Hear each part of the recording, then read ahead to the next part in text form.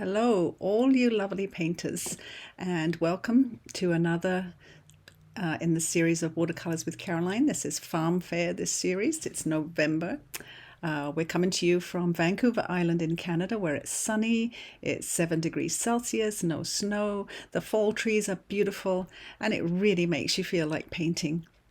So this week we're going to paint a farm field, and the photo is taken by Ali Tom.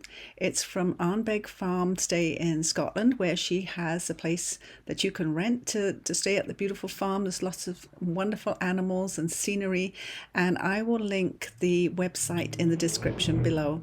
So I'm working on square paper this week, 7 by 7, and let's get your paints and get ready and let's get painting. Right, so this is the photo that I took from the Facebook group, Free Photos. And here's my rendition of that. I've sort of upped the colours just a little bit for a bit more contrast. And I think the big thing to work on getting today is the contrast between the bright yellow field. It's probably canola crops. They grow a lot of canola crops in England and Scotland and the UK. And then we want to also get the lovely stormy sky, that dark with the light contrast. So that's something to think about as you work. And one little thing I want to point out, and I'll point out again when we get to the sky, is right here by these dark trees, this portion of sky is very light. Like if you isolate that portion, really light. And then down here by the bright yellow, it's really dark. So we're not going for an all over dark when we do the sky. We're going to be trying to keep this area really light and then moving down and adding dark down here. So that's the one thing I want you to try and keep in mind as we do this, so we have that lovely contrast. And we're going to start with the light yellow. That's always where we start, is with the lightest color. So you can use whatever light bright yellow you have. I prefer my Azo Yellow, which is by M. Graham, but you can use cadmium yellow, anything that you have for your bright yellow. So you decide what you're going to use, and I'll get mine ready. And we also, while we're about it, we want to mix up some other colors too. We want to mix up a really bright green, so we can put down the bright green.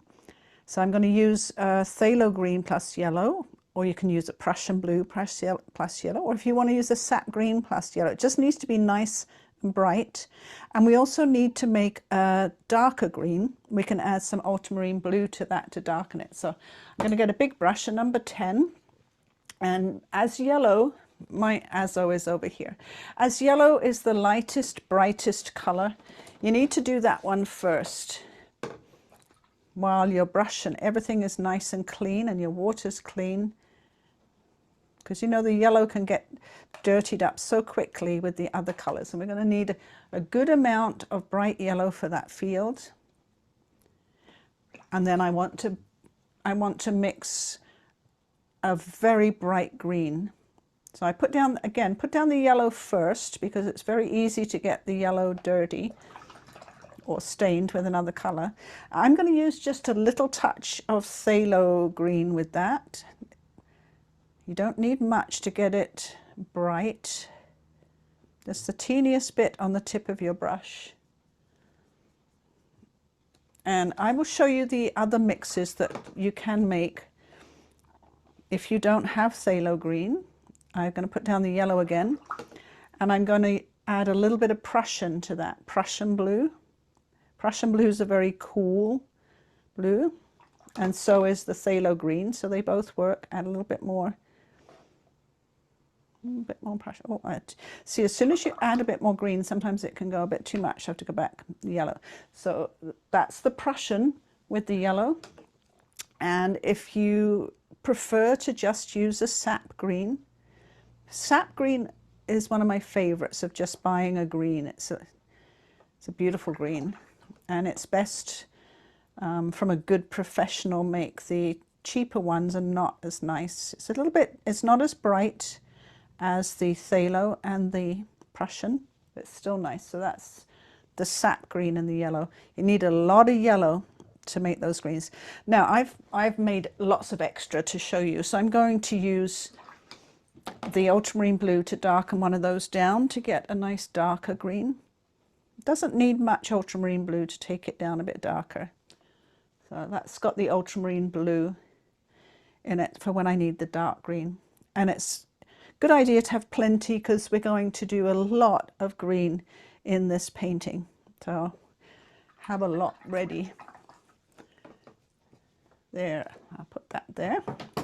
Get my paper back. I move my paper because I'm often splashing as I mix the paint. I put that back here. And the first thing we want to do with really clean brush, just make sure your brush is really, really clean. I'll even switch to a different brush to make sure it's clean, my number 8. And we're going to put in that lovely bright yellow field. So I want my bright Azo Yellow. I'm going to load up my brush. I mean, you can't just daintily dip your brush in the paint. You need to lay it down and roll that brush around and get it loaded up with paint. We're going to paint on dry paper. I'm just going to put a Kleenex down to keep my hand out of everything. And I want to go right under these trees because I'm going to come across the field with green trees, but I don't want there to be a gap of any kind as I come across there. Working on dry paper will make this a much stronger green.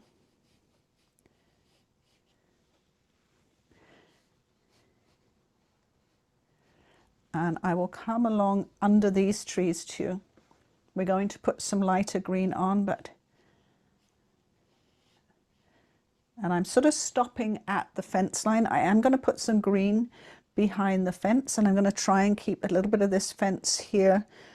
There's 2 fences there actually. There's a sort of a cattle fence and another fence. I'm going to try and keep those a little bit white. So we have that lovely, lovely bright yellow on. We don't want to put the other green near that yellow too soon because it will flood into it too quickly. So we can leave it for a few minutes and go to our mid green that we made. We made a nice mid green, and we can paint the hills. Now they're not going to stay this bright. We're going to add a little bit of darker green to them, but we're going to start off, I'm going to like my sap green, we're going to have a little bit of mud path here. Take this down, poke. Remember last week with the barn I kind of poked my brush up here to make a grassy. Now I'm going back frequently to dip my brush into the paint. I'm going to put a little bit of brown in there for the mud path, but I can go over it for now.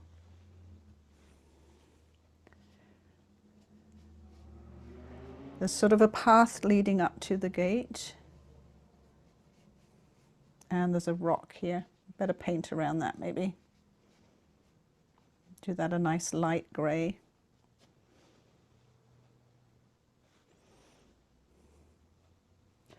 And I want to test the waters, and I'm going to bring that other green across where the gates are and see how it floods into, if it floods into the yellow or not, how we're doing there, down into the light green.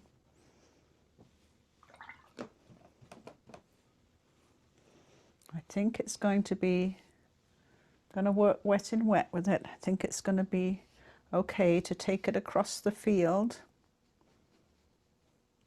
So we have the edge of the field. I've already forgotten all about my white gate. I'll come back with my P.H. Martin's white. And the edge of the field down here.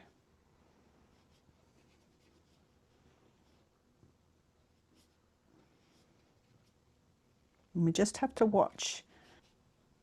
And this white area here is going to be a rock. We can put a little bit of mud in this area. This is sort of a muddy path.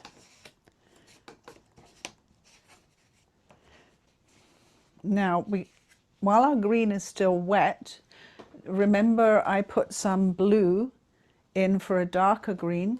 I'm going to switch to a slightly smaller brush so I don't over wet everything. I'm going to switch to my 6, because if I put my paint in too wet over wet paint, I'll get a lot of runs happening.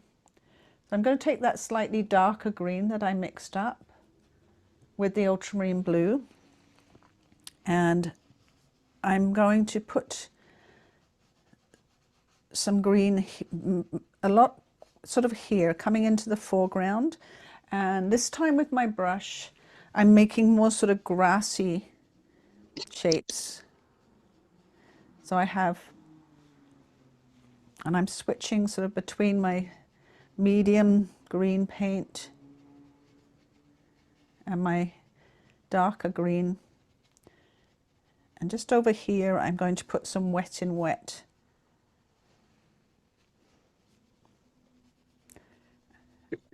And coming across here in a little while, we'll be putting a little bit of burnt sienna for some sort of muddy path.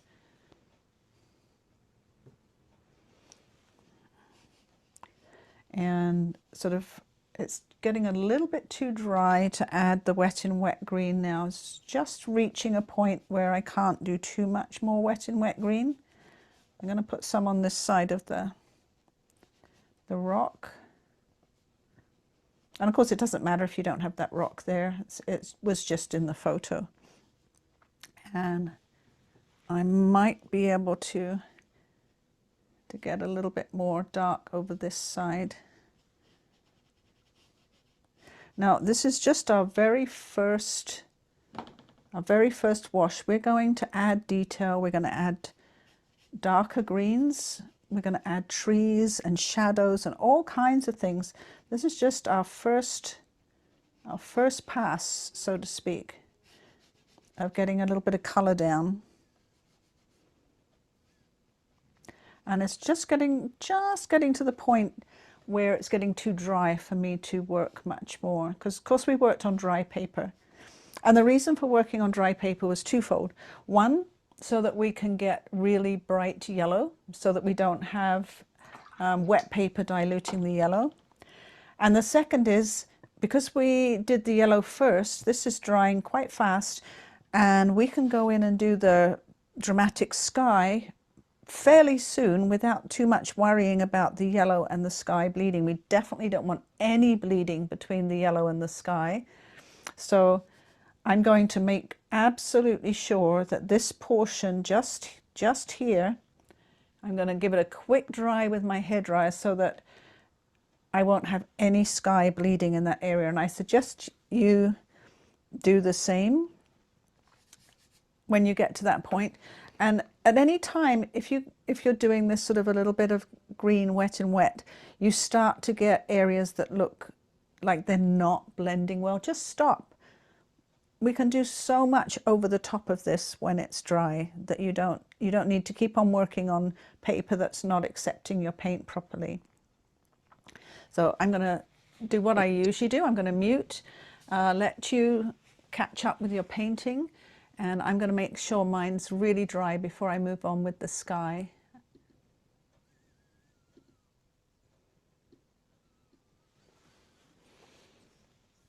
I say I'm going to mute, I have to actually do it.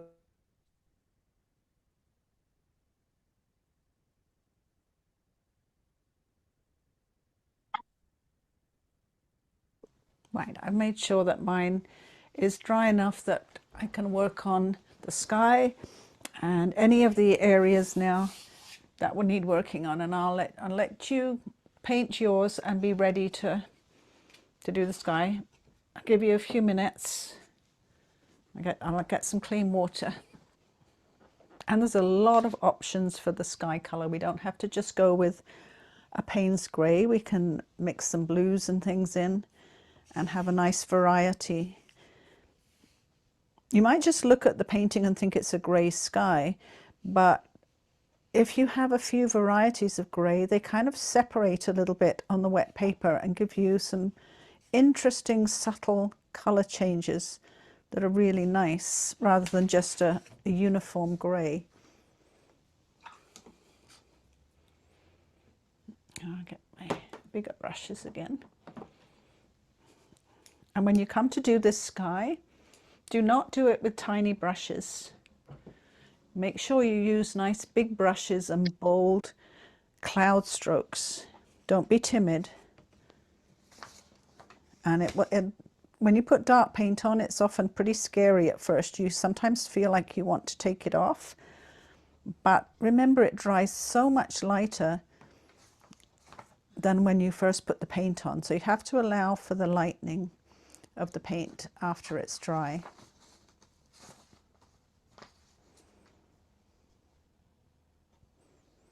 Right, I will move on to mixing the colors for the sky. The biggest color we're using here is Prussian Blue.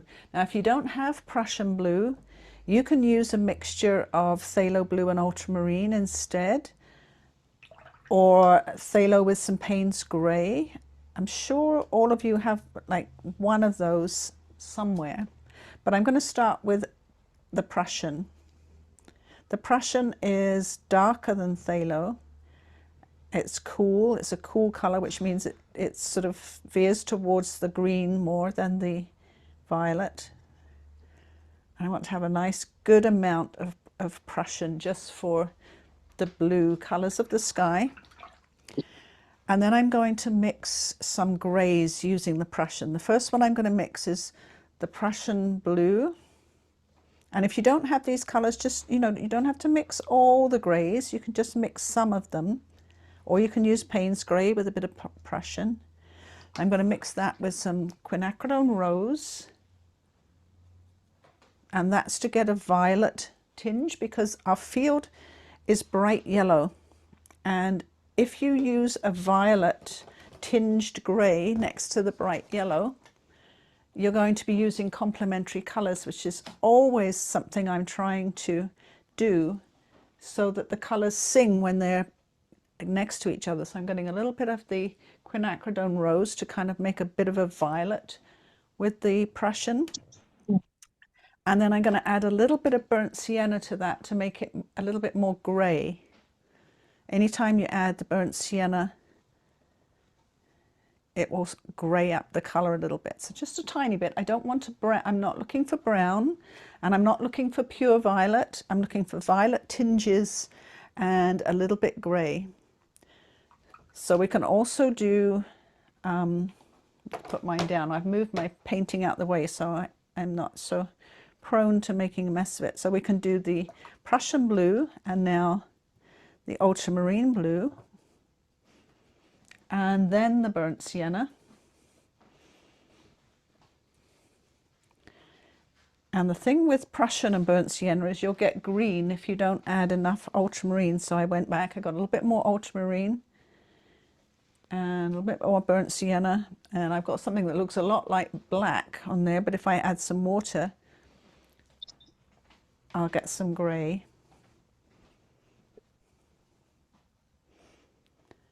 And I'll do one more with Payne's Gray.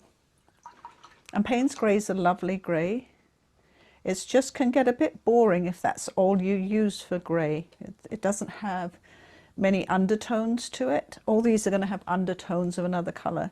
So we're going to get some Payne's Gray, and we're going to add a little bit of Quinacridone Rose to pink it up a little bit, and a little bit of burnt sienna to gray it down again a little bit, and then a bit more Payne's Gray.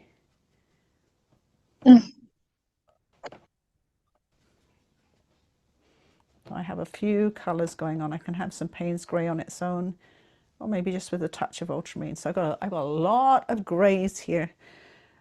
That's because I want my sky to be colorful gray and kind of dramatic.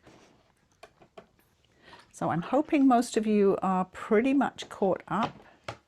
Put my grays to one side and bring my painting back. I'm going to turn it sideways, and the reason is if I keep all of this painted area over to the left, I can paint much more easily with my right hand over here. And of course, if you are left-handed, then switch yours around the other direction, make it easier for you. I've got my number 10 brush because I want to, first of all, I'm going to wet all of the sky area. what I want to be very, very careful of is I don't want to wet anywhere over the yellow. I'm going to put some green trees in at the bottom there. And I have to remember all over here I'm going to put green bushes and green trees, so I don't want too much dark grey where I'm going to be putting those over the top.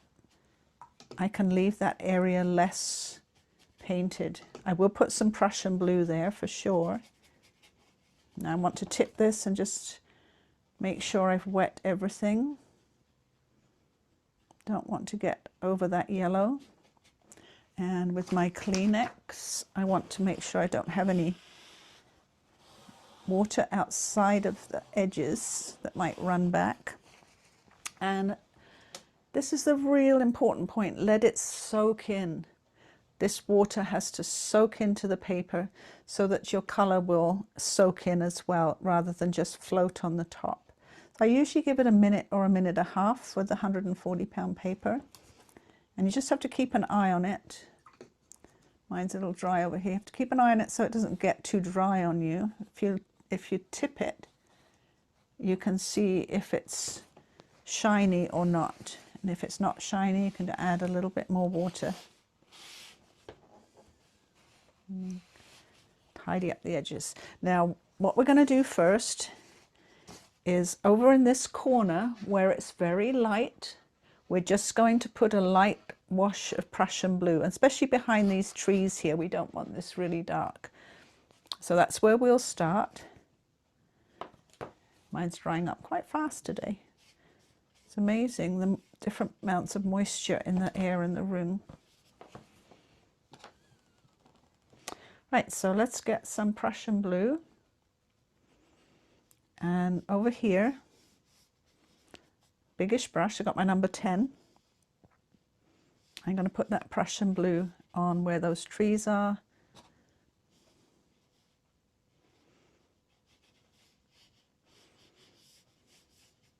And it doesn't matter if I take the Prussian blue over where the darker grey is going to be. That's fine. I can do that because I can have it peeping through the grey clouds. I'm sort of streaking it a little bit. Now, the place I want the grey the darkest is down here next to the yellow. I'm going to go to my number 8 brush, slightly smaller brush, and I'm going first of all for this mid grey that I mixed using the rose and what did I use? I used Prussian and rose and a little bit of burnt sienna. I might add a tiny bit more rose to that just to get it a little bit more purpley. And right next to this yellow field, I'm going to put that in. Be very careful, don't go over your yellow. You might need a little bit more color later, but we'll put that in to start with. And remember, all these trees over here are going to be green, so we don't need to do too much to them. I want to put that in to start with. I'm going into my even darker mix that I made here with the Prussian blue. And I want to bring some of that in from, I'm going to mix that with a bit of the rosy one. I don't want it too greenish. I'll bring it in here. Big brush, use a big brush so that you have all the time switching to different mixes of grey and testing them out. Putting them on with a big brush. Make sure that your background is still wet enough to take your grey.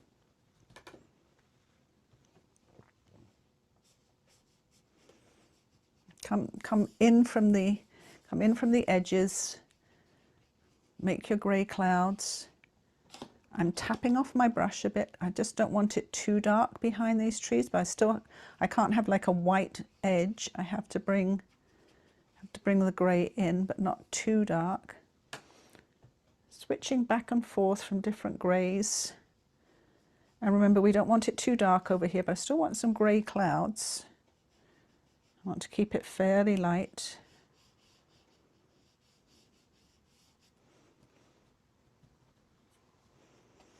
And as I'm adding wet paint, I'm keeping my painting wet as I'm doing that. So it means if I'm keeping my painting wet by adding wet paint, I can go back in, and my clouds need to look streaky. So it's not a case of getting a flat wash like we aim for sometimes. It's a case of getting these lovely different grays onto the paper. I'm going a little bit back here. Anytime you see dry lines forming, don't add more water. Whatever you do, you'll get the most horrible back runs and blooms. If you find everything is drying up and you can't get a blending, stop and do more later, because you'll just get hard lines. And I'm making sure that I clean up a little bit of this paint from the edges so that it doesn't run back into the painting.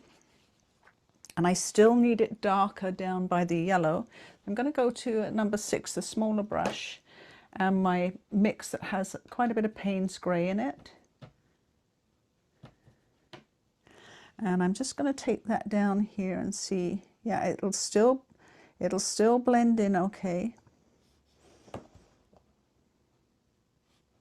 I can still get some dark clouds in there. This is my much darker Payne's grey mix. Have some streaky clouds in here.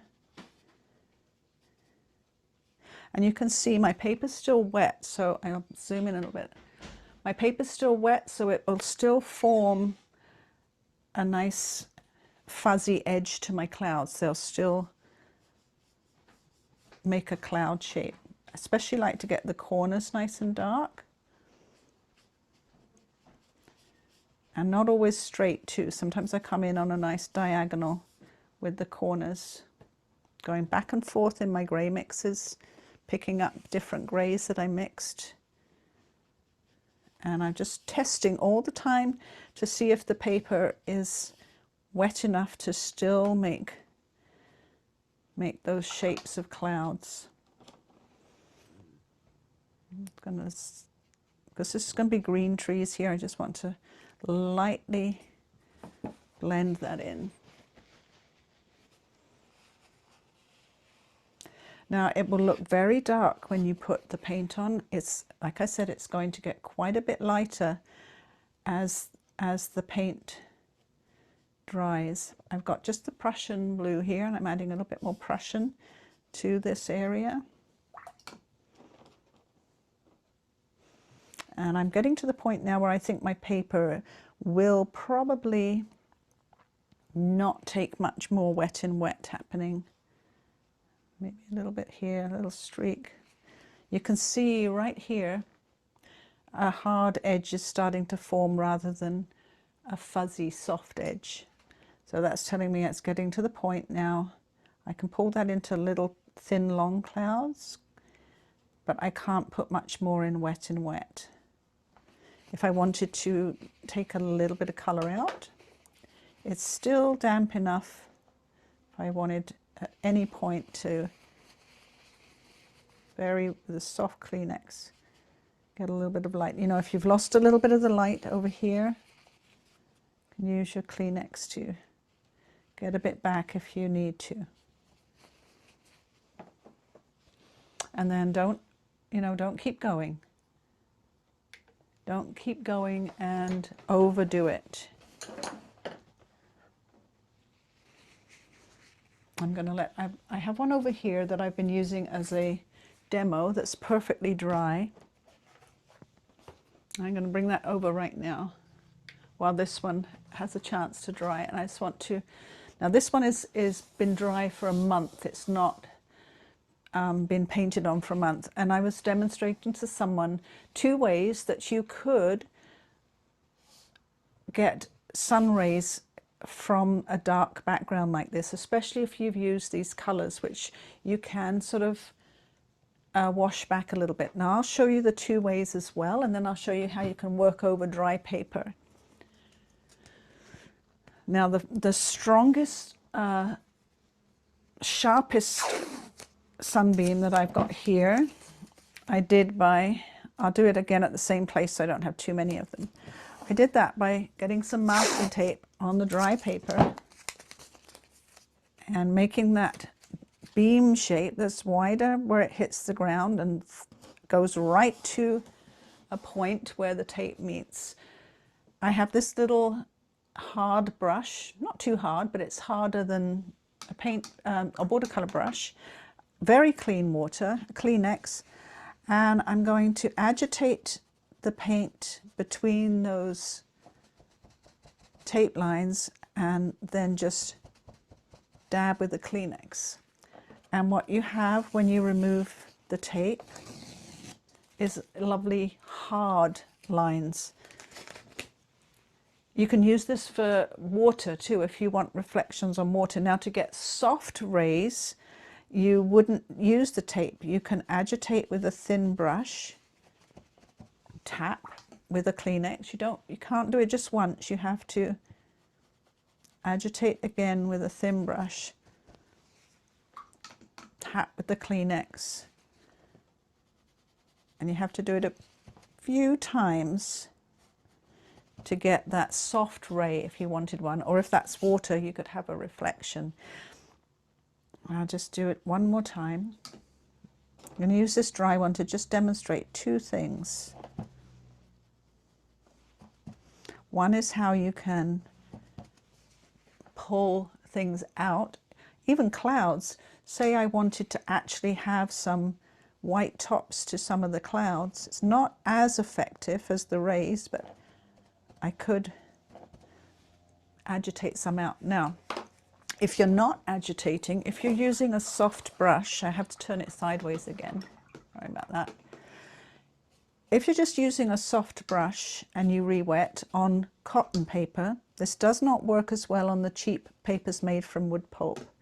It tends to wash the paint off. It doesn't soak into the wood pulp. It does soak into the cotton. So I can wet all of this with clean water. None of the paint comes off when I'm doing this with a soft brush, especially if I don't use my Kleenex. And supposing I didn't get enough cloud into my first one, then I can go in and put more cloud in with the second one if I wanted to. I could be a bit more dramatic if I wanted to with the second one. But I have to do it by re-wetting over the dry wash. So if you find that you get your skies dried and it's gone all pale and wishy-washy, make sure it's perfectly dry and then redo the whole thing. Now, I'm definitely not suggesting you have to do sun rays. That was just a demo of what you can do if you want to. If you say having the sun come through the trees or something. And of course, after you've done that, always just clean up the edge so you don't get that paint and water running back into your painting. Now, I've made that much more dramatic with my second layer of clouds. I prefer it a little less dramatic, but I know that you may have yours too dark or too light, one or the other. Even this one, I was being very cautious on this one while I taught you, so I didn't possibly go as dark as I might have done when I'm being less cautious about things, kind of throwing paint around recklessly. Because I've done this so much, I can throw paint around recklessly and I'm okay with it, but I do know that you need a little bit of practice to do that. So let's clean that area up. Now, my sky is wet and I can't do any of the trees or anything like that on the wet sky, but I did dry all of the foreground, so I can work on the foreground, and I will do in just a minute when you're caught up. What I do want to do is let a lot of this sky dry naturally, because if I go to the hairdryer and dry it now, it's not going to be as deep and finished and soft as it would be if I just leave it to dry naturally for a little while. I will have to dry it off to do the trees, but I'm going to leave it for a little while and work on the foreground. So make sure I get all the water bubbles off of there and put my paintbrushes where I'm not going to lose them. Right, so there's some details we can work on. If if you dried your foreground, we can work on some of these details and putting in some of these shadows and mud and rocks and things while the sky is all soaking in nicely.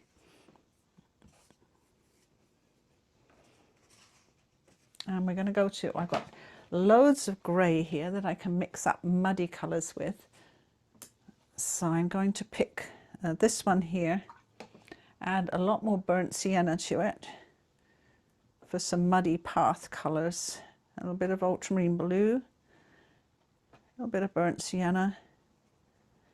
I want it a little warmer because where you have foreground, where you have things that are closer to you, it needs to be warmer colours, and burnt sienna is a lovely warm brown. So I'm going to get that warm dark brown and smaller brush, number 6.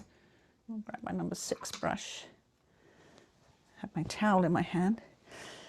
Right, I will first of all, there's a muddy path here coming up to the gate. So I'm going to put that in with that browny mud colour. I will add some green wet in wet as well, because the mud and the grass, of course, are connected on this path.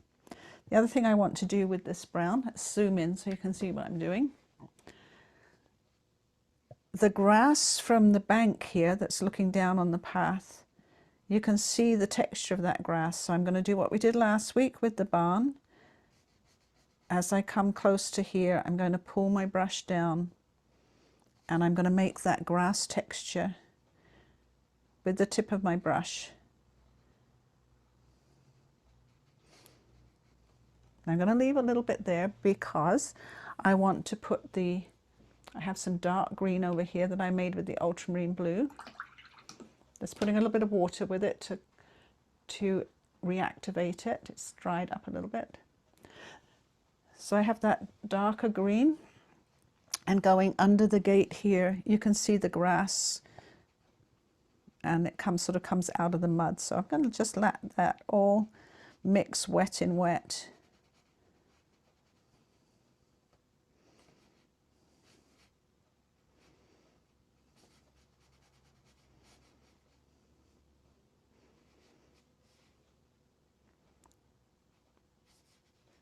As I come along here.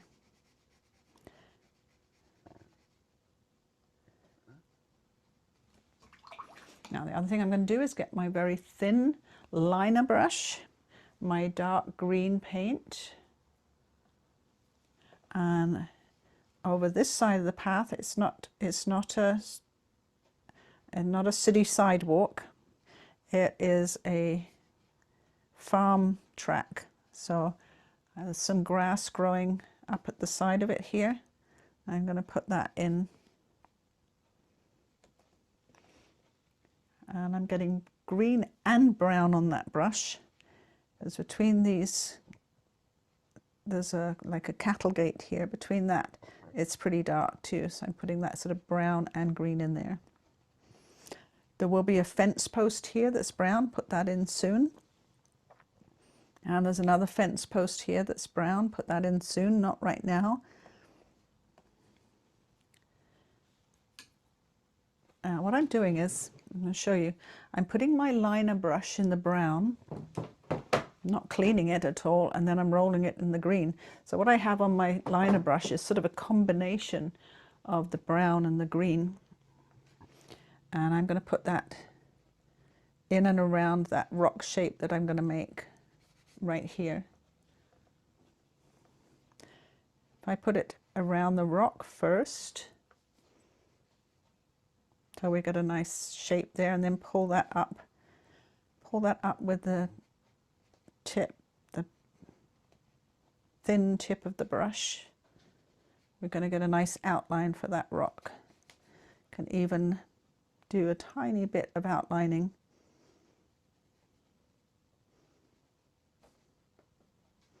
Now we're going to paint that rock a light grey later with some texture in it, but right now I want to make sure that I've got dark around it so that it stands out when we put the light on.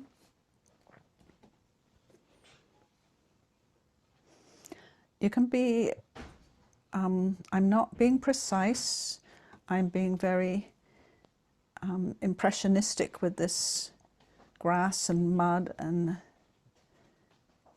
tangle of sort of mud path in the farm track, because we just need to give an impression. If you look at the photo here where there's gravel and mud and clumps of weed, it's not distinct. And you can also use that dry brush technique we use for the mountains. Remember that? I'm going to get my number 6 brush and get it in the brown. And then I want to get some of that colour off of the brush on my towel, get a dry brush. And I usually have a little bit of paper I can drag it across to see if it's fairly dry. Drag it, no, it's not watercolour paper, but anyway. Should have a piece of watercolour paper to drag it across. And then where this gravel is here, that's not dry enough, dry it a bit more. There we go. Where the gravel is, I'm going to go side to side, dragging this dry brush, a little bit more paint, so that it just hits the bumps on the watercolour paper. This is a cold press paper, so it has small textured bumps in it. Now remember, the ground has to look like it's laying down horizontal, so we've got to get that. Those brush strokes have to be horizontal, or the ground's not going to be laying down flat. And some places I'm getting a little bit more of that browny colour. Can add a little bit of grey to it, make it more gravelly. And in places I want it a little stronger, so I've got a little bit more, putting a little bit stronger grey brown. I've dipped it in my grey and then dipped it in my brown. And just here I can see it's darker. The thing is, the dry brush gives you kind of a place to enhance. You put it down and then you can look at the pattern you've made and you can enhance that a little bit. You can put some dark in other places. Keep it, keep it light, don't overdo it. I'm going to do a little bit of just tippity tap, like tapping the tip of my brush.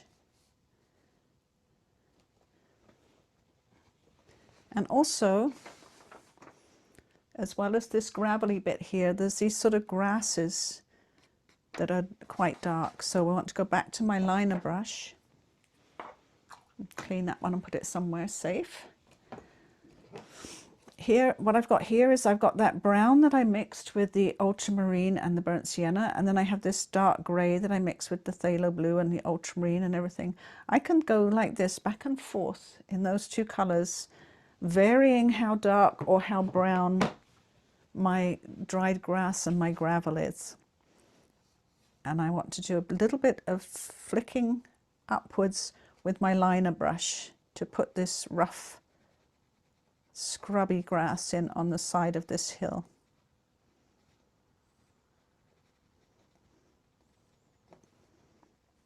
And what will bring it forward is having most of this texture you're making close in the foreground. There's definitely quite a bit right next to the gravel, so that's why I want to put some.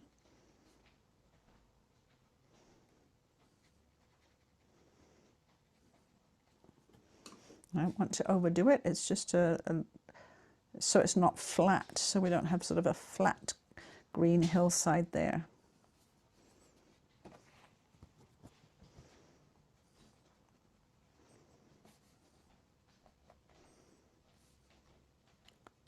And just remember, it's not a manicured lawn, it's a rough, muddy farm track. And over here in this field over here, there's the same thing. I'm going to use I'm now going into the dark green with my liner brush, and I'm going to put some shadows in this part of the field with the dark green. And again, with my liner brush, I'm going to flick those shadows up a little bit, make a little bit of grass texture over there.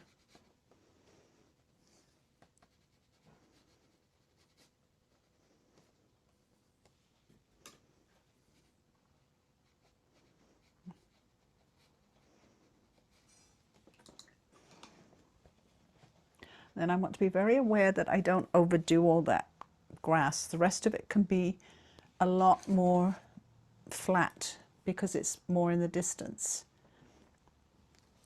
So if we look at the photo, we've got a very dark place here behind the fence. Then we got quite dark green in the field, and we've got some dark shadows being thrown by these trees. So we've got to think about that too. And I like to, for that, when I'm mixing a nice dark green like that, I like to use my Ultramarine Blue. I've got a dark green here, but I want to strengthen it. And my Azo Yellow. And then I like to use the burnt sienna to really strengthen that green. I might use a little bit of Prussian, as we've got Prussian in here. Prussian is quite good for greens. A little bit more yellow, a little bit more burnt sienna.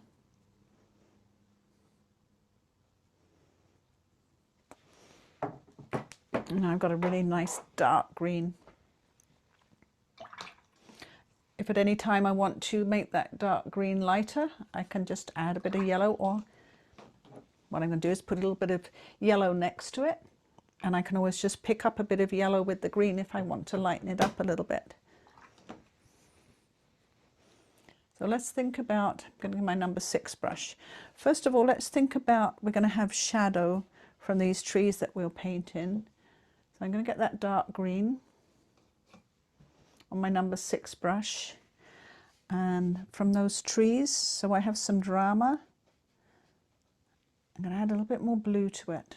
Blue is good for distant shadows.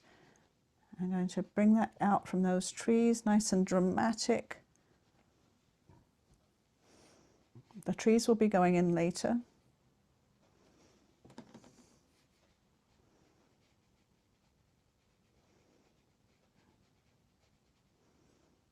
I can just, what I'm going to do with the edge is I'm going to put a little bit of the texture of the trees in, so that I don't have a weird edge to the green. Put that in. It's quite a long shadow across there. I'm going to get a little bit of the brown and green, a little bit of brown and green. It's going to be a little bit of brown and green shadow here. And the field, I don't want to make the field as detailed as it is in the photo. So I'll wait and do that. I'm going to get that dark green, bigger brush, go back to my number 8 brush. Get that dark green that I just made, and I'm going to put that dark green behind the fence like it is in the photo. Again, I'm going to pull it down into the grass too.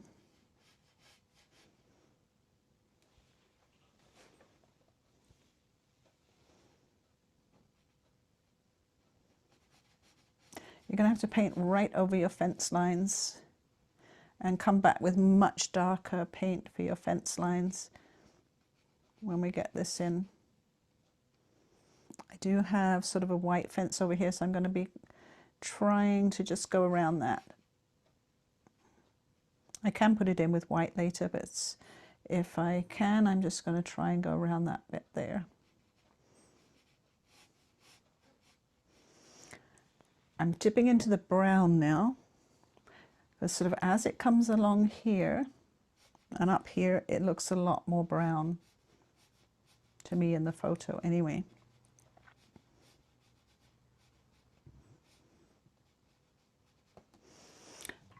And what I want between that brown and the green in the field, I want a soft transition. So I've got a clean brush that's slightly wet, slightly damp, and I want to just soften that transition from the dark to the medium green with that slightly wet brush.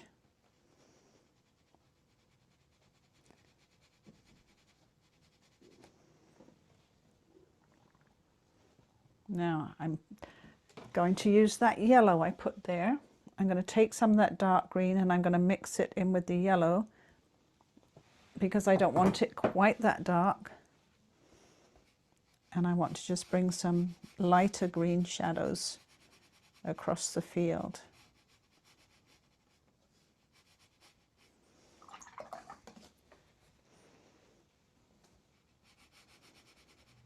I've got a wet brush now and I'm just softening them in.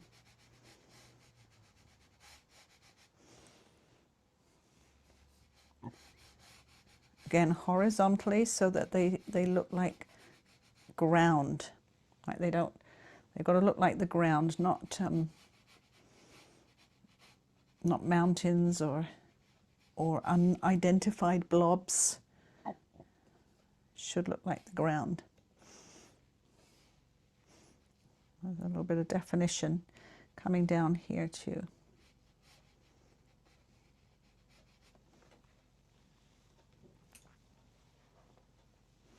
And take my liner brush and just push that up.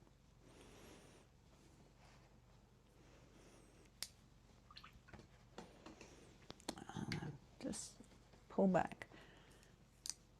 Now, all the time I've been doing that, my sky has been drying and settling in, and now there's no shine left on that sky. It's halfway dry. It's not completely dry. I can't really paint on it without getting some fuzzy sort of bleeding, but it is at the point where I can use the hairdryer to finish off the sky and dry a bit of this that I've just done so that we can go ahead and put rocks and trees and fences and so forth in there. So I'm going to do a little bit of drying again.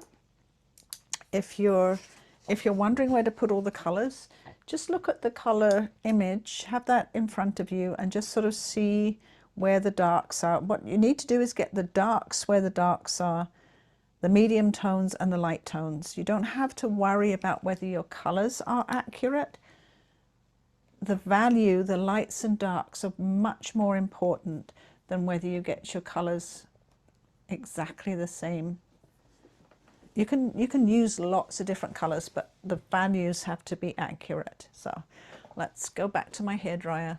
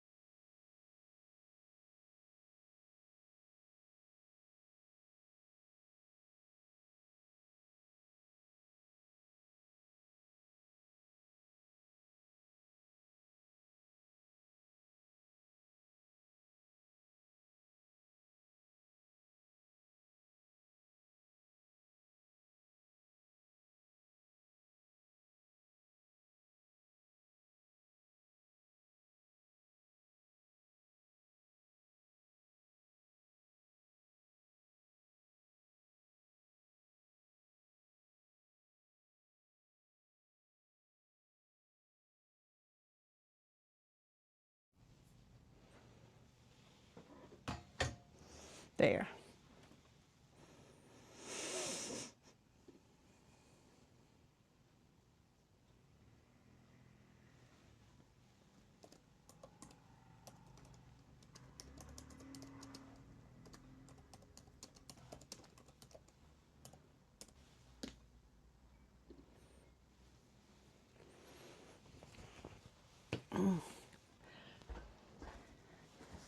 Now I think probably one of the toughest parts of this painting is going to be putting in some of the trees. We'll leave that till last. And we've got a nice dry rock here that we can work on. The fence The fence can even be put in with a black pen and some white paint if you find that really tricky at the end, because it's very fine. You can either use a fine pen or a black pen. And I did use a little bit of white to get the gate back, I think. There's so many gates here, it's very confusing. There's a gate that goes across here, and then a gate that comes across here, and then this wooden one here, and then some fencing in the background. So again, we don't have to be 100% accurate with a painting. It can just be an impression. But I think getting this little rock in here, some of these little fence posts, and maybe just a little bit more dark in here, that'll give us our foreground nice and finished. And then we can take a deep breath and work on the trees in the background as our grand finale. Let's grab my notes. Make sure I use the right colours for the rock in the foreground.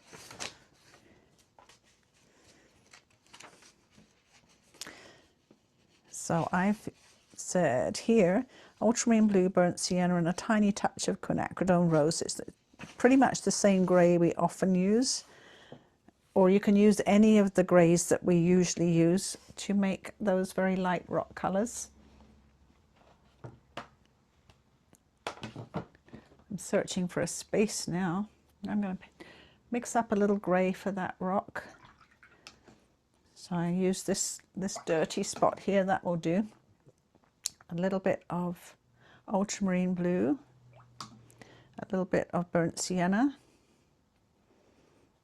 and then a little bit of rose to just warm it up. That's two rose. Rose is very, if you've got a good quality, artist quality quinacridone rose, it's very, very strong.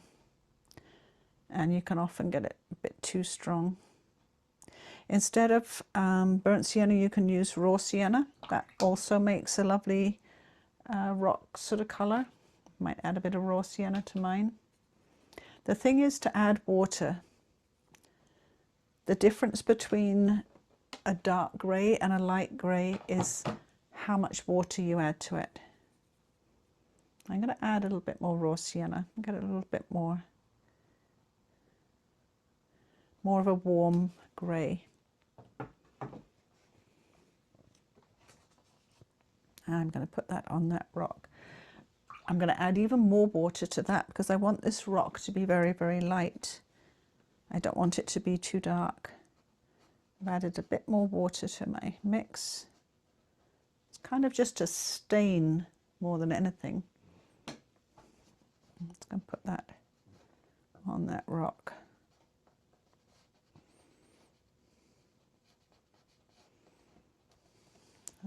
There's not too much colour in it, but it's not white, not pure white.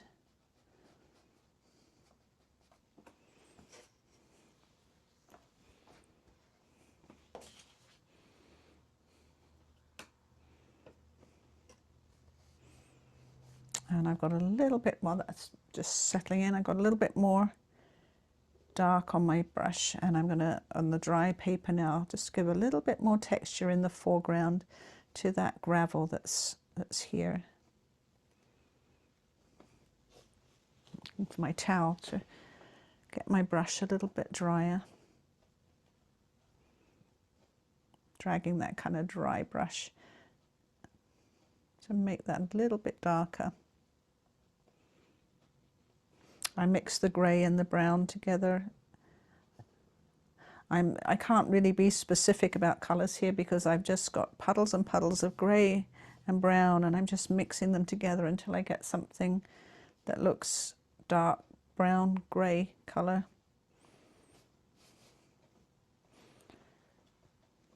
Also the farm track can have a little bit more texture. If we have sort of a straight line leading up to that gate, it makes it look a little bit more track-like.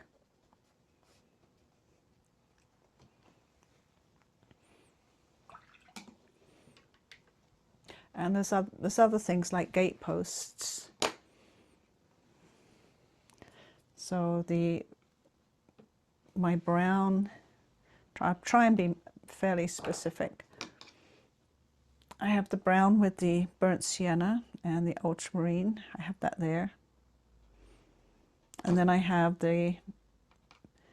some Payne's grey and some blue and brown and stuff there. It gives me some nice dark colours. I get the dark brown, and there's some fence posts that I want to put in. The fence post here.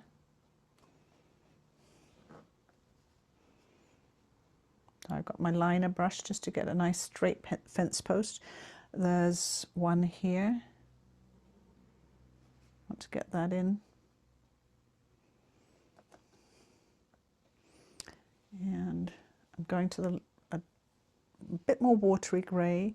The side of this post is a lighter grey than those posts I've just put in. These are very specific details, I know, but having a few very specific details allows you to be quite loose with a lot of your other details.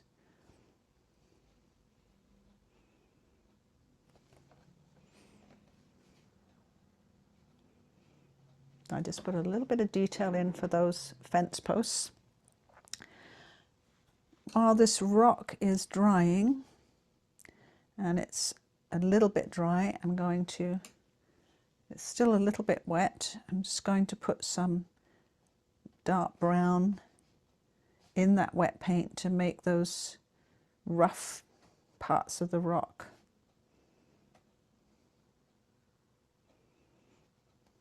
It will blend in wet and give it some interesting texture. On top it's fairly dry, so I'm going to give it more detailed texture on the top. Doesn't take much to make that read as a rock. It's a bit darker on this side, so I'm going to add a bit more here.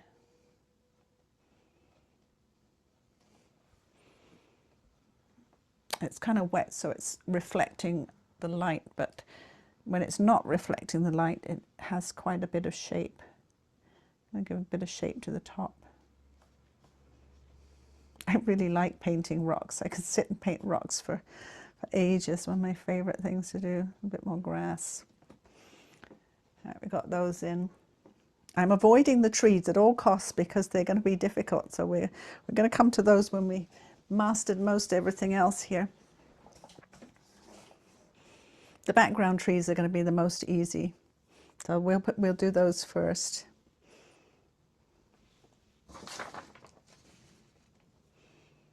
Now you can put if your green here is dry, you can put that very thin fence in at any point. You can put it in last with a pen, or I've got some Payne's grey and dark brown here and my very thin brush in my hand. So I'm going to just put that fence in right now. I might as well. I have the paint and the brush very handy.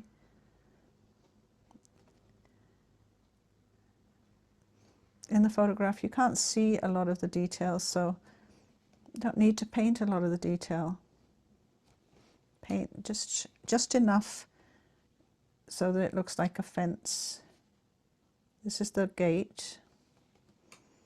The gate has got, it's obviously a steel gate.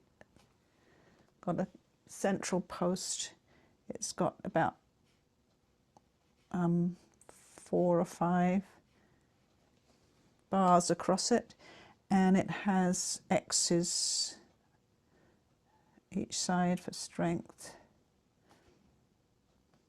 So, you know, just roughly put those in. If you don't have to put every line in if you don't want to. The fence comes along and down the side of the field. You can put some rough lines in. They don't have to be perfect. Just indicate that there's a fence coming down here. It's going up the side here. The posts are not always vertical. They are often higgledy-piggledy. They got knocked over. They're disappearing up the hill there. This one could maybe be a bit stronger.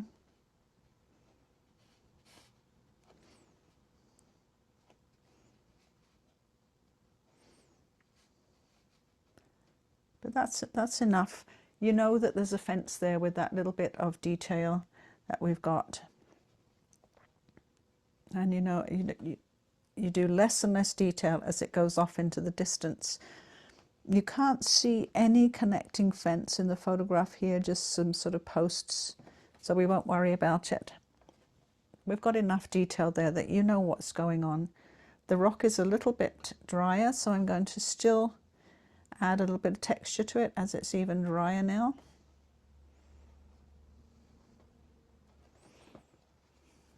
A bit darker on this side maybe. Yeah, that's good enough. And then we're going to have to take a deep breath and start working on the trees. Believe me, I know how hard they're going to be, so I'm avoiding them. We're going to start with these nice easy ones right back here.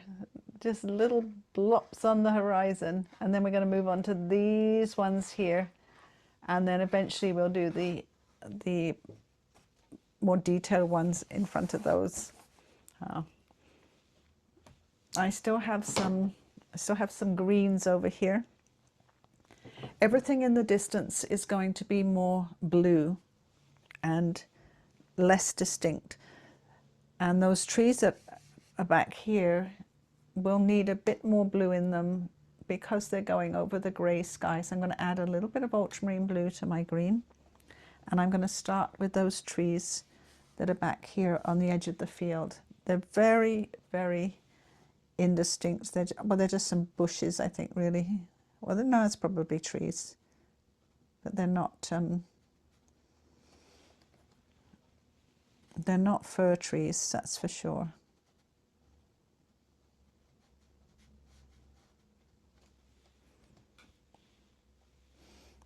So I just want the tops of them to be a rounded, slightly indistinct shape. They don't have to be very distinct. And they're in the distance. And I put a little bit of ultramarine blue with my green mix to really push them back and make them dark against the dark clouds. I don't need to do much more than that. That's all I really need to do for those trees. Now we can do these trees that back here. And I'm looking at my couple of greens that I have here, and I'm going to be working back and forth with the yellow and the green. You can also use a sap green is very pretty if you have one. I'll put a little bit of sap green on here so you can see what it looks like on the trees, because I'm going to mix wet in wet. It's not a big deal that I have the same green, that's for sure. So here's the sap green. I'm going to put it in for these trees here. It's quite pretty, it's quite bright. But I want to go into that bluey green that I mixed for the distant trees. And over here where they're further away, I'm going to put that more bluey green. And I have that sap green, or you can use a more yellowy green, or you can just mix a more yellowy green. I'm going to let it blend into that wet in wet so that I have a transition from the dark distant trees that are shadow from the clouds is obscuring them too, coming across to brighter trees. And I'm going to mix the sap green with the yellow and the mixed green. I'm going to have a whole mix there. And I don't want that to dry before I come in with a bit more over here. And I'm not going to go into any big detail. Now I can't leave these just like that on the edge. I have to take them over to the edge here. They're going to be behind these other trees, but I have to take them over here, so that I don't have weird lines behind these other trees. These other darker trees are going to go in front.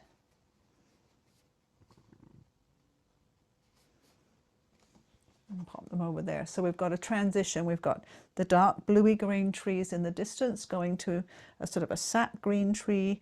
And then I've added a little bit more yellow over here. And it's going to come to the edge because we have trees going in front of that. I'm going to bring a little bit of that colour out, just like that. Just whip it out there as a bit of shadow.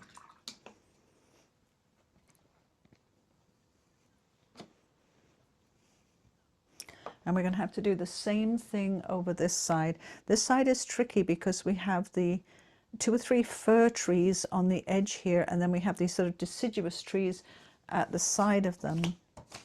Look at the photo again. And it's a bit of a mass here, if you can see that. Like we've got a bit of a mass, and we have to kind of, out of that mass, make it look like 2 fir trees and some deciduous ones of I don't know what kind, alders or something behind there. So that's going to be a little bit tricky to do. And I find it easier to put the mass in first and then the fir trees. So I'm working with the same sorts of greens. I end up with lots of green in different dilutions. I've got some sap green in here. I've got the ultramarine blue and the Azo Yellow, some Azo Yellow. I've got some Azo Yellow over here. I can use a little bit more sap green if I need to. What I do notice with the trees over here is that the tops of these trees are very, very light in the sunlight that's still around, even on this cloudy day. So I'm going to put just pretty much my yellow mix on the top here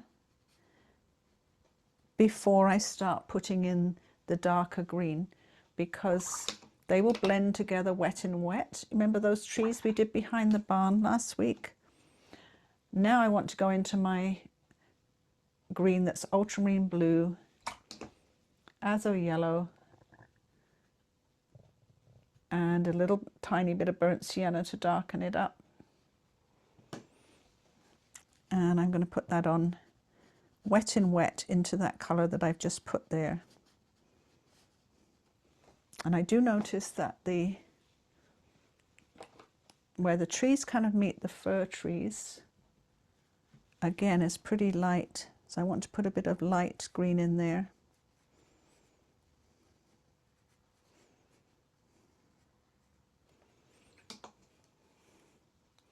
Got 3 brushes in my hand. A bigger brush to put in this tree because I want to get it in without too much fussing. As I come over to this fir tree, I'm going to make fir tree shapes in the side of this.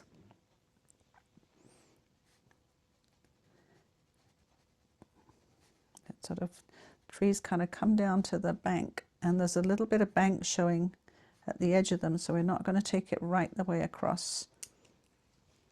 And the other thing is at the bottom here, if you have a little brush, I'm going to take that tree colour downwards this way to form that grassy edge.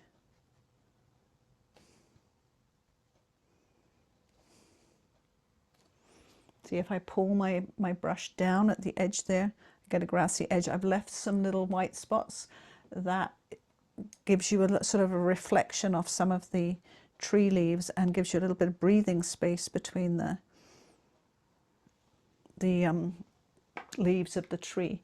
Now I've got quite a few colours going on there. I've got the yellow that I put at the top, which of course is not going to look like this yellow because it's over the top of the grey, but that's okay. I put a bit of yellow down the side, and then the blue green, and then I've added a little bit more blue for the dark green at the bottom here. And make sure when you come out here, you're going to be adding some shapes that you can put your fir tree in. If you just have a straight line or a tree shape, you're not going to be able to get that fir tree to go over the top of that tree correctly, which is, I mean, that's okay. It's just going to be a little bit tricky. It's helpful if when you finish your brush lines, you finish your lines with what you want to put in next. And over here is a little bit too wet to put too much of the other trees in yet. But I think the big tree coming over here is going to be the trickiest one to do.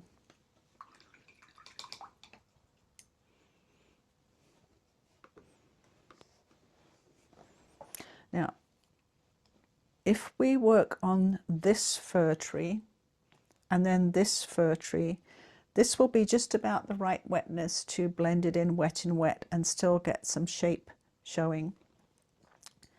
So the first thing I want to do for this fir tree is get my brown, my dark brown that I made for the mud and the farm track and all of those things. And I want to put in the first part of the tree trunk that you see. Don't make it too thick. Fir trees don't have thick tree trunks. You can't see all of the tree trunk in this fir tree because the branches come in front of the trunks. So what you need to do is put in parts of the trunk, and you're going to have branches in front of those. There's another fir tree beside it. You can't really see the trunk of it, but because it's going to be hard to really do this painting, I'm going to actually show a bit of that tree trunk so that we don't get lost and the viewer doesn't get lost in the painting. So I've got the tree trunks in. Again, it's all about light and dark, about the values. Having the really nice, dark, dramatic trees over everything else is part of what really sets this painting off. So don't be too timid with your greens. And you can see when I mix it up, I mix up a nice puddle ready to work with. And I'll use different size brushes. At the top of the fir trees, I want to use my little number 2 brush. I like starting at the top of the tree. I find it much easier to start delicate at the top and then come down. And I find it easier if I have a little bit of a trunk to follow so that I don't get off kilter and have a tree that's blown over. So I'm going to get that. What I'm actually picking up is a slightly lighter green for the top of the tree.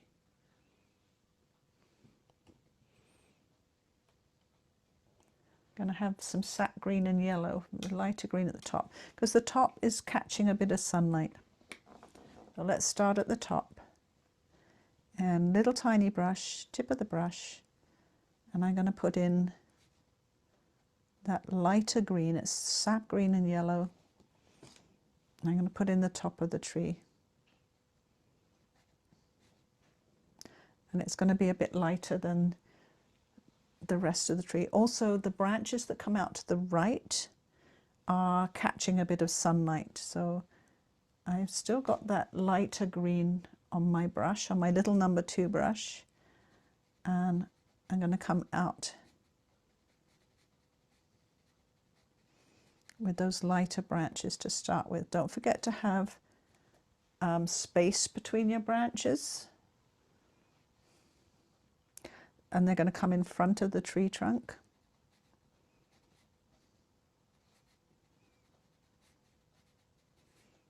Now, I've got all the lighter ones in that are higher up and over to the right and catching the sun a little bit. Now I'm going to go to the darker ones. I'm switching to my number 4 brush and picking up that dark paint that I just mixed. And on the left side of the tree, there's not as much light. And I'm going to let that blend wet in wet to that light paint that I've just put on. And remember, they come in front of the tree's not flat. It's not cut out of a cardboard or a piece of flat wood. It's round. So in some places, the branches are in front of the tree. They're coming towards you. And you can't see all the branches. Now work slowly, work as slowly as you like so that you get these branches in and that you like them, that you're not upset that you've gone over your nice bright yellow with tree branches you don't like. You can build them up really slowly, you know, put a skeleton of a tree in and then come back and build it up a little bit. I'm going to get some brown on my brush. I'm just dipping into the brown, and right under here is pretty dark, so I'm going to put some brown at the base. I've got to do another tree in a moment, so I'm not finished with this yet. I'm going to go back to my number 2 brush, and I'm going to refine these branches coming out here a little bit, put a little bit more happening to them. There is, behind that tree, I do believe there is another one back there. So I'm going to just indicate a little bit more tree.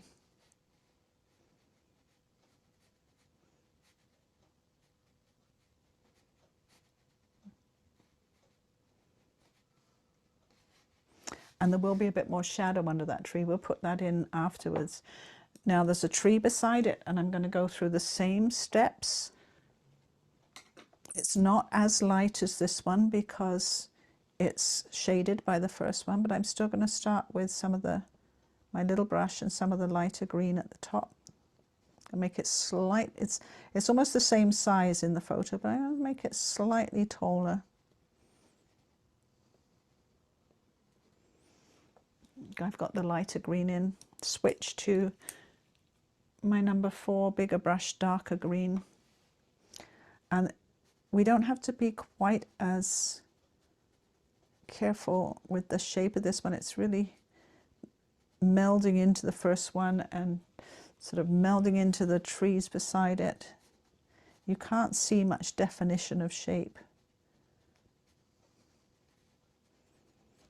I'm actually giving it more definition than we can see, just so that you don't get lost with what you're trying to paint here.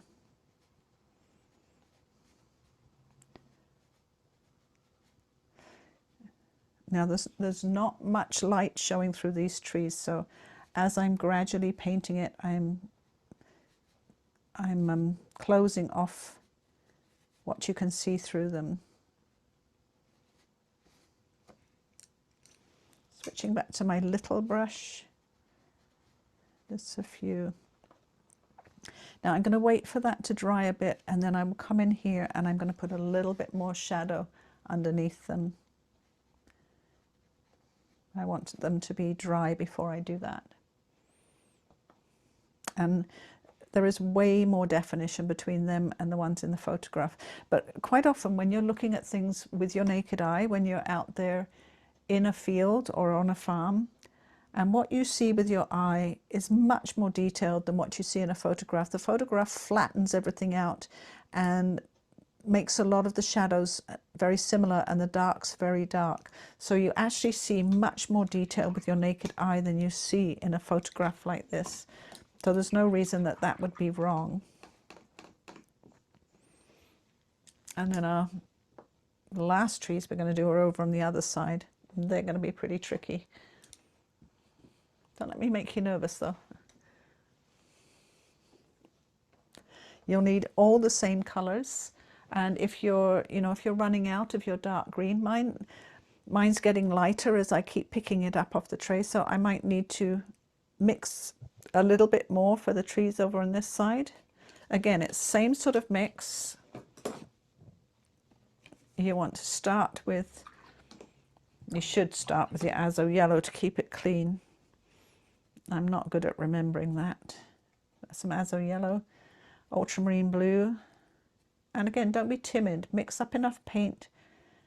I see people mix up the tiniest amounts of paint. It's not going to be enough to paint a tree, that's for sure. A little bit of the brown, tiny bit of the Prussian Blue to give it that cool green, and the brown to just darken it up a little bit, grey it up a little bit.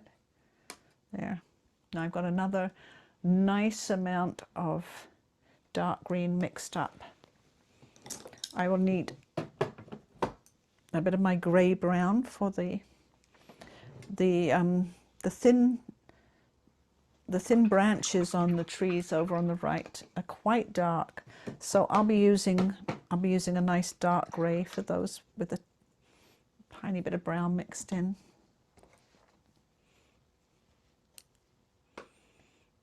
having a look at you.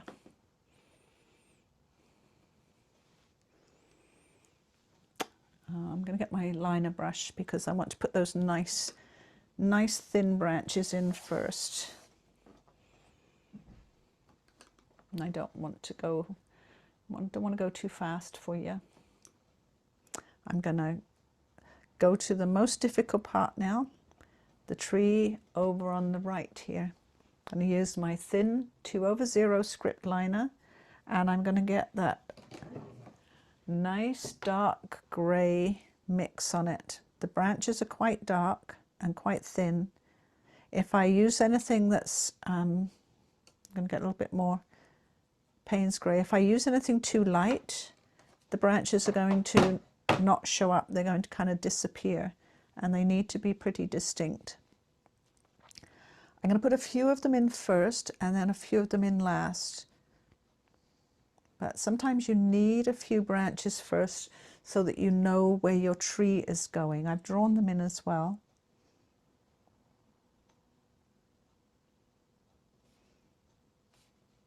A lot of them are easier to put in afterwards. And I want to get a few in so that I know where I'm painting.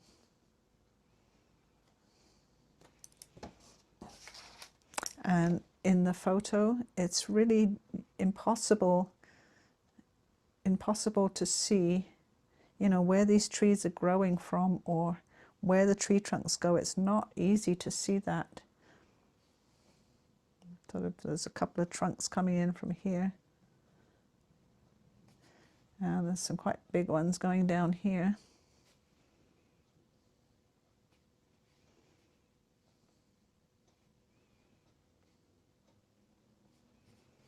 And then we just kind of get a mass of stuff under them. So I just put that in as a little bit of a guideline for myself, and I can put all these other ones in later when I get the greenery on. I'll put my script liner just over there for a minute. Now I need a bit of a smaller brush. I think I'm going to go back to my number 2 brush because we have these kind of delicate tree tops to put in, and I always like to start at the top of the tree. And so I got my little number 2 brush, and I'm going to start with these ones up here on the treetop, and I'm going to use just a kind of a dotting motion with my brush so that I don't want to be too heavy-handed with these. Pick up a slightly lighter green as well.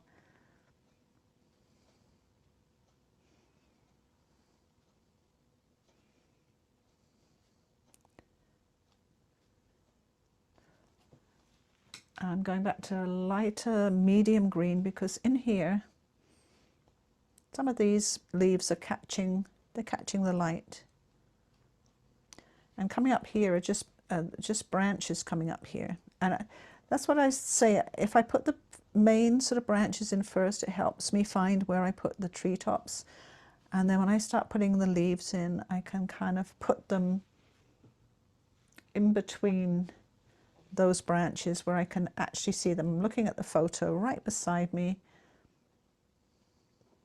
and I don't really look at the photo because I want to make it exactly like this tree or this field.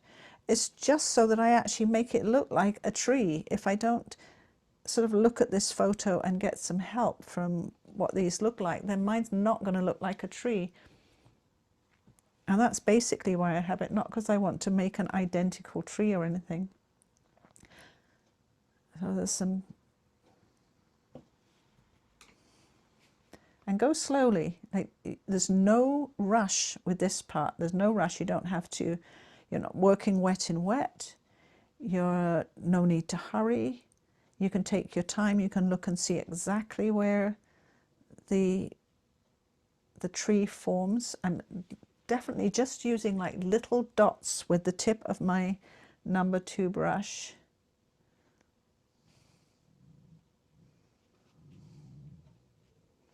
The more familiar you get with various trees, the quicker you can get this kind of a tree down and just paint it as you learn it to be. But I haven't learned how this kind of tree grows. I haven't learned how it's formed, so I have to be a little bit more careful to to follow its shape.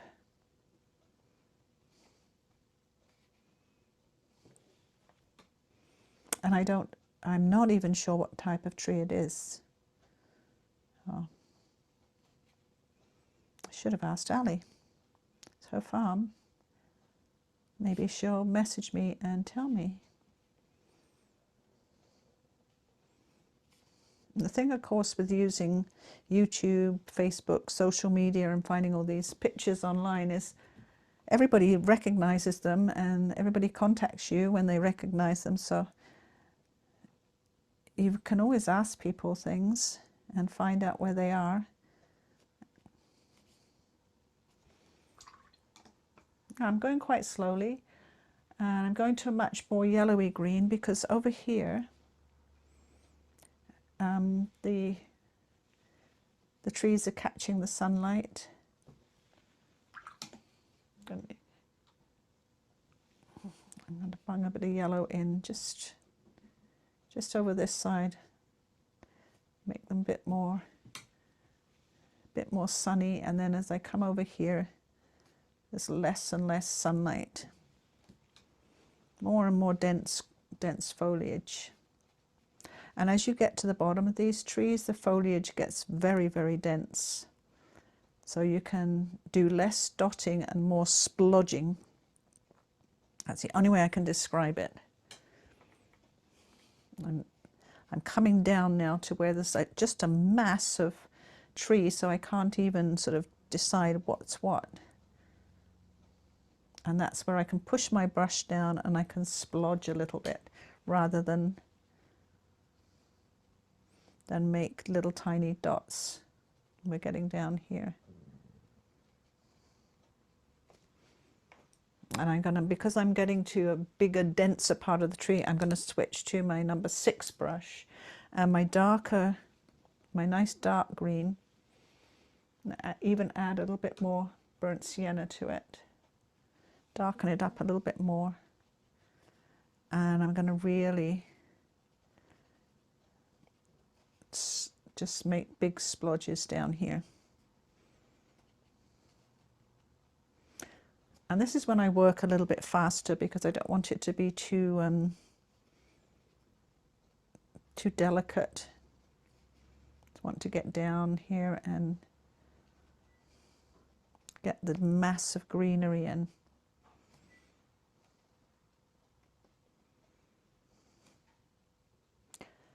And behind this fence, it's not even clear whether this is just shadow from those trees or if it's tree. So we're going to make it indistinct. We're just going to have dark green along there.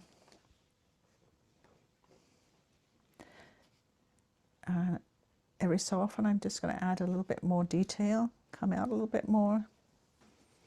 And I'm going to put some more tree trunks in too. Now that I have this in, and I've got a little bit more detail.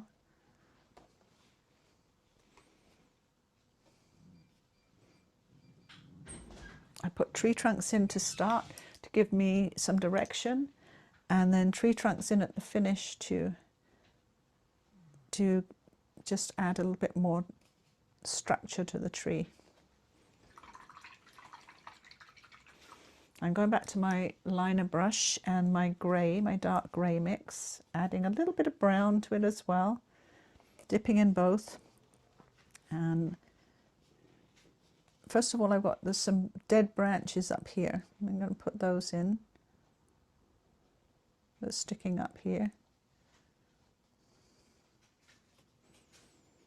And you can see that when I started, I wouldn't be quite sure where those were going to be. So I leave that until I'm sure. These have other branches coming off them, sort of dead branches at the side.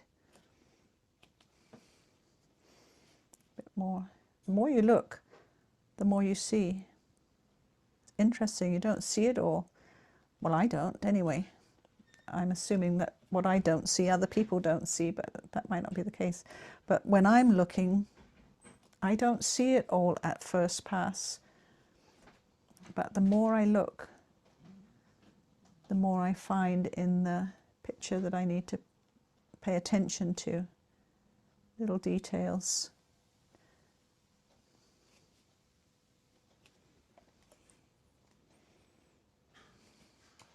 You need a very, very thin liner brush for this, or a very, very thin brush. These little branches. If you don't have any such thing, but you do have a very thin pen, you can always use a thin pen for some of these little tiny details. That might help you. But you can see how as I'm pulling these branches in, it's starting to form more of a tree shape, or at least give the viewer some clues so that the viewer can make up the rest themselves. Because they will say branches, green leaves, that is a tree. And again, you don't want to do too much. We don't need to put in too much detail, just enough that it looks realistic. One thing I do want to do is, because of this tree here by the fence, there's quite a bit of shadow. So I have I have my number 4 brush and that dark green, and I'm going to put a bit more shadow along here from that tree. And in this field a little bit. It's very, the wet paint's very shiny, so difficult for you to see, but when it all dries it will flatten out a little bit.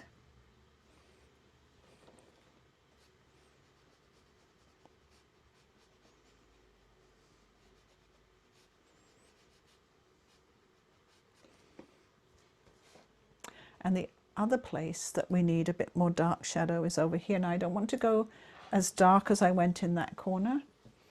I want to go back to over here. I've got these 2 greens. I've got a medium green and a dark green. I'm going to take a bit of that dark green and darken up that medium green, because the shadows over here, I don't want them as dark as the ones on the other side, but I do want to take that medium green and put a bit more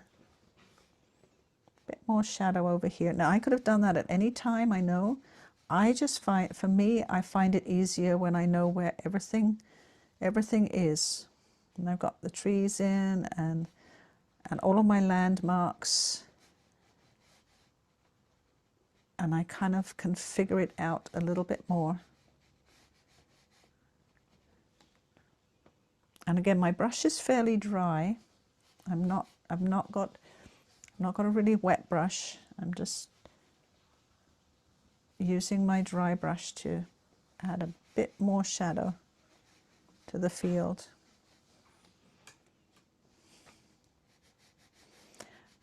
A little bit at a time.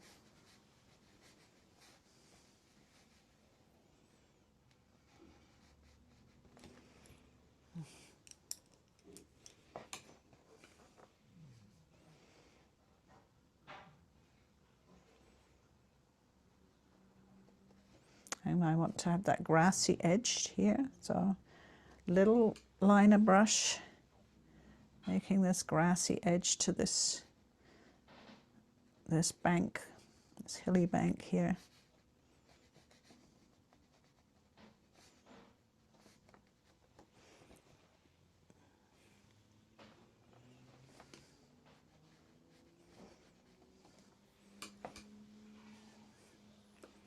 I am going to just do a tiny bit more detail to the foreground right here on the left. I'm going to take that dark green, and I'm going to add some burnt sienna to it here, because I want a much warmer grass for the foreground. Right here, grab some of that greeny burnt sienna color, and I want to right in the corner and in the foreground here to add some more brownish, dry, muddy sort of grass area.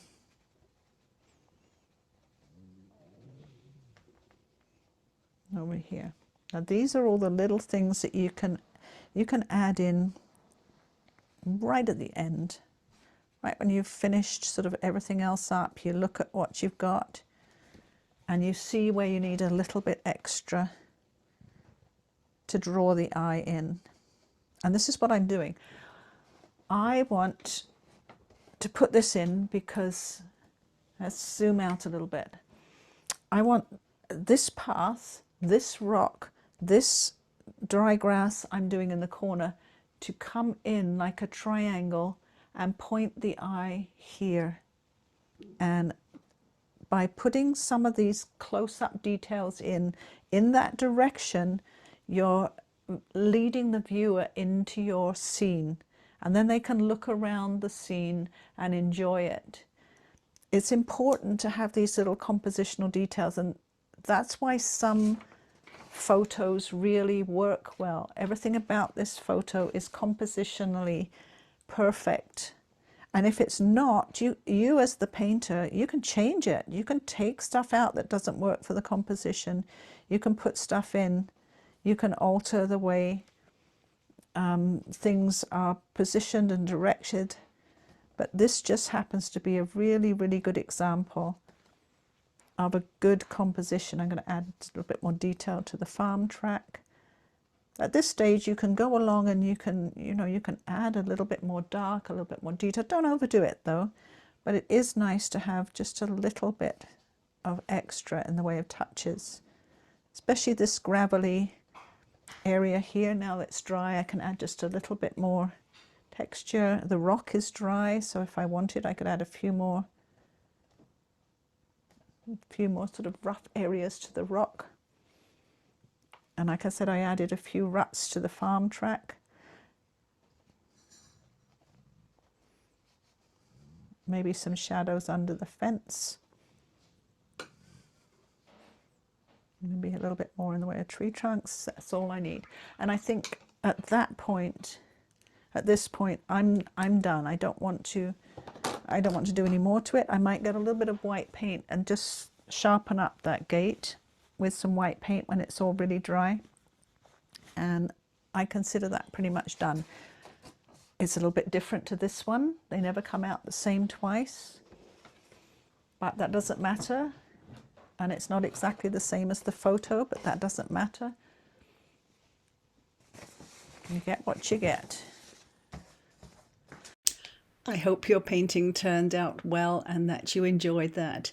I want to let you know that you can purchase the lesson plans for these and the line drawings from my Etsy shop. I've just opened an Etsy shop so that you can get those. Usually it's just the people that sign up for my Zoom classes or live classes that get all of the details written down and the color pictures and the line drawings, but I'm making them available to anybody that wants them, and I will link that below too, so that if you would like that, you can go to my Etsy shop, and I'll be uploading the lesson plans to all of them very soon.